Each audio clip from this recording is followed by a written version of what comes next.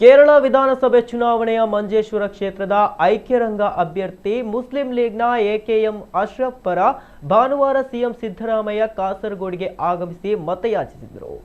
ಅವರು ಭಾನುವಾರ ಸಂಜೆ ಮುಜೀರ್ಪಳ್ಳ ಪೇಟೆಯಲ್ಲಿ ನಡೆದ ಸಾರ್ವಜನಿಕ ಸಭೆಯಲ್ಲಿ ಮಾತನಾಡಿ, ಮಂಜೇಶ್ವರ ಜಿಲ್ಲೆ ಕರ್ನಾಟಕದಲ್ಲಿ ಇರಬೇಕಿತ್ತು, ಕನ್ನಡವನ್ನ ರಾಜ್ಯದಲ್ಲಿ ಎತ್ತಿ ಹಿಡಿಯುವ ಕೆಲಸ ಮಾಡ್ತಾರೆ ಎಂಬ ಭರವಸೆ ಇದೆ. ಕಳೆದ ಬಾರಿ ಕನ್ನಡದಲ್ಲಿ ಪ್ರಮಾಣ ವಚನ ಸ್ವೀಕರಿಸಿರುವ ಅವರನ್ನ ಕನ್ನಡಿಗರು ಬೆಂಬಲಿಸಬೇಕು. ಈ ಬಾರಿಯೂ ಅವರಿಗೆ ಮತ ಹಾಕಬೇಕು. ಅವರು ಗೆದ್ದರೆ ಕರ್ನಾಟಕದಿಂದ ನಾನು ಬಂದು ಮತ ಕೇಳಿದ್ದು ಸಾರ್ಥಕವಾಗುತ್ತದೆ ಎಂದು ಹೇಳಿದರು.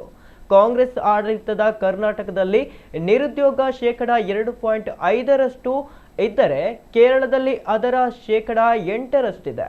ಹಣದುಬ್ಬರ ಕೇರಳದಲ್ಲಿ 8.5 ಇದೆ, ಕರ್ನಾಟಕದಲ್ಲಿ ಅದು 4%. ಇಷ್ಟೆಲ್ಲ ಆಗ್ತಿದ್ರು ಪಿನರಾಯಿ ವಿಜಯನ್ ಏನ್ ಮಾಡ್ತಿದ್ದಾರೆ ಎಂದು ಸಿದ್ದರಾಮಯ್ಯ ಪ್ರಶ್ನಿಸಿದ್ರು.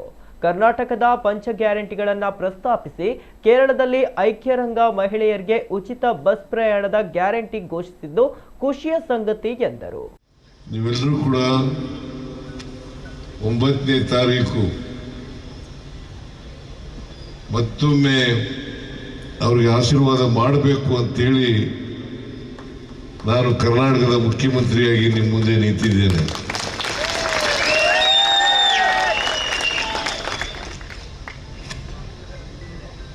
ಮಂಜೇಶ್ವರ ಇಲ್ಲಿ ಬಂದಾಗ ನಾನು ಕರ್ನಾಟಕದಲ್ಲಿದ್ದೀನಿ ಅಂತಕ್ಕಂಥ ಭಾವನೆ ಆಗ್ತದೆ.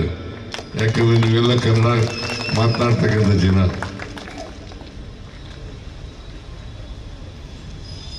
ಸಾವಿರದ 1956ನೇ ಇಸ್ವಿನಲ್ಲಿ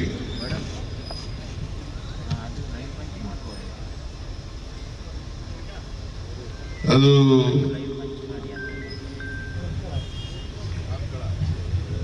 ಕೇರಳಕ್ಕೆ ಸೇರಿತು.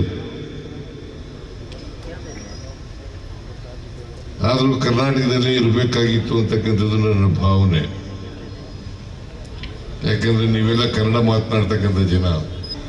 ಇವತ್ತು ಅಶ್ರಫ್ ಅವರ ಪರವಾಗಿ ಮತಯಾಚನೆಗೋಸ್ಕರ ಬಂದಿದ್ದೇನೆ. ನನಗೆ ವಿಶ್ವಾಸ ಇದೆ, ಈ ಬಾರಿನೂ ಕೂಡ 100% ಗೆದ್ದೇ ಗೆಲ್ತಾರೆ ಅಂತಕ್ಕಂಥ ವಿಶ್ವಾಸ.